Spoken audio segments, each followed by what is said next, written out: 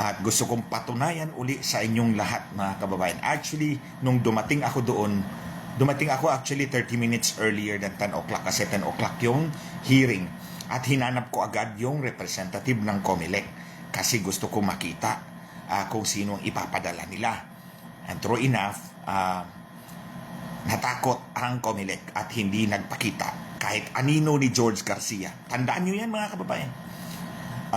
Wala ni numan sa COMELEC ang may lakas ng loob na sumipot at magpakita at sagutin ako.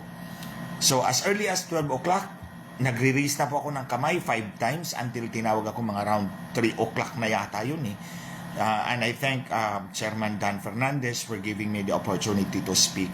So sa mga sumubaybay po, nakita po ninyo, actually hindi po matagal yung pagsalita ko because gusto kong may magtanong. Ayokong i-occupy lahat ng time.